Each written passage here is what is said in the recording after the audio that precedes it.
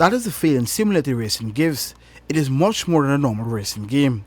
Racing simulation is the collective terms of racing game software that attempts to accurately simulate auto racing, complete with real-world variables such as fuel usage, damage, tire wear and grip, and suspension settings. In a synopsis, it gives the closest feel to real-life racing on the track. So for any avid race fan, this form of racing presents the best opportunity to race in a cost-effective way. I want to get a little more realistic, and that's where simulation racing comes from. And when I found out about simulators like Assetto Corsa that we use, Assetto Corsa Competizione, R Factor, all those great sims, iRacing, that really, once I tried it, once I started watching it on YouTube, and I really got a grasp of what this is all about. I was like, okay, this is what it's all about. And it's not a playful kind of arcade game you would probably find on your Xbox. This is the real deal. On PC, you got your proper steering wheel, your pedals. And so for me, it sparked my interest because obviously, racing in real life is very expensive. Nasseir, who's an avid go-karter, highlighted that there are some success stories of persons who started in sim racing and ended up on the track. Drivers like Max Verstappen, Lando Norris, Charles Leclerc, they are all racing online, and that's how they sharpen their skills. We already know that some of the big teams, like the Mercedes F1 team, they use big simulators that also use Assetto Corsa, fun fact. And so what they do is they put their drivers into the sim.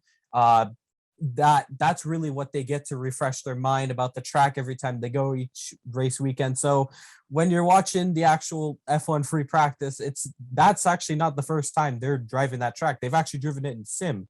So telling someone brand new who's wanting to get into an F1 car, but obviously you can't afford it, sim racing is the next step. That is the best way to go. And pro drivers are going into it, and not just F1. You got all other motorsports. The sim club brings a balance to the level of competition needed for new time users. I race on quite a few servers, and I can't find the perfect balance. You can go online, you could probably find a server with guys who are way quicker than you, but you're not the fastest. Or you can find servers that guys are slower, servers with good competitors, bad competitors, and some servers with bad management. The list goes on, but there are servers that create that feeling of proper competitiveness, of real proper structure. And that's what I began, after seeing all these servers. I wanted that perfect balance. So that's when I said, okay, I want to make my own server. I know all the materials. We bought the server, created a Discord for a huge community that we have right now. We only got about 30 members, but we're really wanting to expand that and really bring it out to more of the Caribbean, hence the word, Caribbean Motor Racing Sim Club. Not just that, we want to go all over the world. The dream is to become a racer, but for now the focus will remain on developing the sim club.